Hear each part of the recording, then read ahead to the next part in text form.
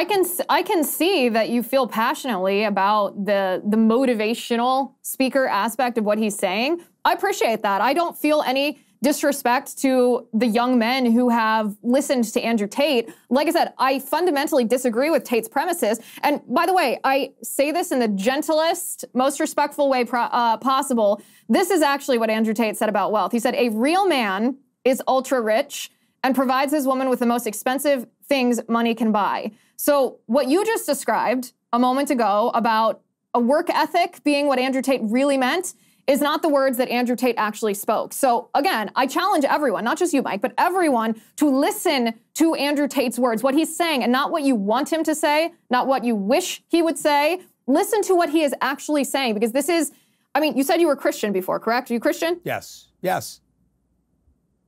Okay, so Yes. We're on the same page on this. I know not everyone who listens to Andrew Tate is Christian. He has a global audience here. But one of the things that has become clear to me watching the culture wars, this is not exclusive to Andrew Tate. One of the things that's become clear to me is that our country, the United States of America, is not going to survive if we descend into the chaos of being unable to even define the word woman, right? We have to have some baseline agreement on objective truth. And what is objective truth? Objective truth is reality, and reality reflects our creator. We don't have a secular society. You and I both agree on this. This is true. We don't have a secular structure of government. We're not a theocracy, but our founding documents and the framing of our Constitution was built on natural law. Natural law is not animalistic instinct. Natural law is the reason that is inherent inside of every man and woman that was given to us by the one who created us. I know people are going to say, oh, this is preachy, this is religious, but you don't have to be a religious person to acknowledge that this is how our government and our culture was formed into the most powerful nation on earth. And I think when it comes to the definition of right that I mentioned at the beginning of the show, we can easily identify wrong, but what do we offer as the alternative? How do we define right? We can't do that without looking to, especially you and I as Christians, we can't do that without looking to what is the biblical, if you will, or God-given purpose of a man. And I'd love to hear your thoughts on this, because this is where I think Andrew Tate really deviates from what biblical men are called to do. Well, I would just then, and again, so I believe that, biblical man and being a strong man, I think that the things that I described it in my last response, I think those are the thing that makes a man. I think culturally speaking, Andrew Tate does talk about God and making God proud. He says that God frowns upon you when you don't work because he's given you all these things and you need to take the blessings that you have. He always says this is something he always says, you could have had your legs chopped off in a car crash at the age of 6. You could have had some eye-eating disease. You could be blind. You could have all these things, but you're given these things by God, and it's your duty as a man to make the most of it and make him proud. So again, I think that his argument in the last couple of years, again, that tweet, I don't know exactly when that tweet was, but I think his argument, especially in the last 2 years, especially with this story, becoming a Muslim, converting, he talks about being an atheist in the past and then saying, if there is evil, there must be God. So therefore, I am religious now. I think that's a good story. That's a good message. And he always talks about honoring God. So Liz, so if it's not the things that I'm saying on my last argument, what do you think? So I was legitimately curious. I'm just not, not like trying to flip the tables, but what would you say then a man should be for and espouse if it's not the things that I am saying that Andrew Tate, I believe, projects onto men, from ages 16 to 30? What would you say it is?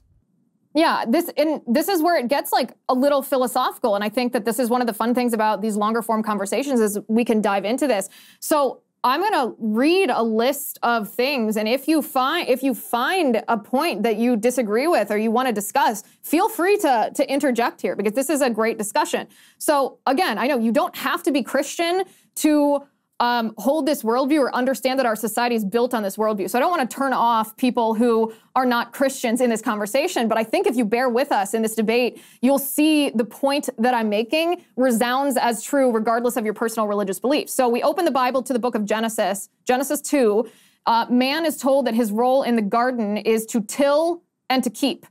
The Hebrew definition of the word till is actually translated as to do a work in service, to do a work of service. The word to keep is translated the Hebrew word is really to protect and defend. So right there you have a baseline of what a man is called to do. He's called to do work in service and to protect and defend. That's pretty clear. I think we're both in agreement on that. And I would so say fast forward a little bit. Yeah, no, sorry. I would say I think that Andrew Tate does. I think those are things that Andrew Tate does. I think that Andrew Tate would say that you have to work and you have to serve. You have to serve your family and you have to work hard despite the excuses. I mean, is there a man, Liz, that you would say has better embodied these things? Like, is there an individual? And again, both Christians, is there an individual that has embodied these things in the last year to 2 years on such a large platform? My thing is, if not Andrew Tate, then who has done that? That's, I guess, my question. And I was wondering when you were making these points, like, who does Liz think as a man doing it in the way that men should follow, if not what Andrew Tate is doing? Which is a great question, because this is one of the reasons I've spoken out against Andrew Tate after Tucker gave him that enormous platform that kind of spilled him over into American conservative politics as well, is because there's obviously not a conservative alternative to the level of fame as Andrew Tate. And I think that's a shame. I don't think young men should put role models on a pedestal and treat them as celebrities. I don't think that's healthy, because we are, as you said before, we are fallen. Mankind is fallen. All people are sinners. So idolizing any one person is just going to bring you dismay and disappointment. But I think that's why we have to bring it back to using ideas as role models and not just making people celebrities, which I know it's not as juicy, it's not as interesting. But let me continue on this. So we agree on this description in Genesis that a man's role is to work in service and to protect and defend. But here's where I think Andrew Tate deviates a little bit from it, and here's how I would continue to define masculinity. So the question is, well, what are you protecting? What are you defending? Are you defending land? Are you defending your city in a battle? What are you defending? And we look to the book of Job. God tells Job to gird your loins like a man, which I find this quite funny. The actual literal translation of gird your loins is pull up your pants. I don't know why I find that funny, but it is quite funny. But it essentially means to summon your inner strength, prepare for battle. And in Ephesians, it tells us that the battle isn't just a physical battle to defend a castle or land. It's to fight against sin and death. Be strong in the Lord. Put on the armor of God, the breastplate of righteousness, so that you take the helmet of salvation, the sword of the Spirit, which is the word of God. And it's not just to fight against sin and death. It's to fight against sin and death on behalf of your spouse, on behalf of your wife. Ephesians says, sanctify your wife and make her holy. Hi guys, it's Liz Wheeler. Don't forget to watch my show, The Liz Wheeler Show, every night at 7 p.m. on the First TV. You can download the free First TV app, or you can visit thefirsttv.com/Liz and start watching today. Liberals and progressives want to suppress the truth and distract you from what really matters. Don't let that happen. Sign up for the new daily email that's become essential reading for true conservatives. Get the Up First newsletter. Visit thefirsttv.com and sign up today.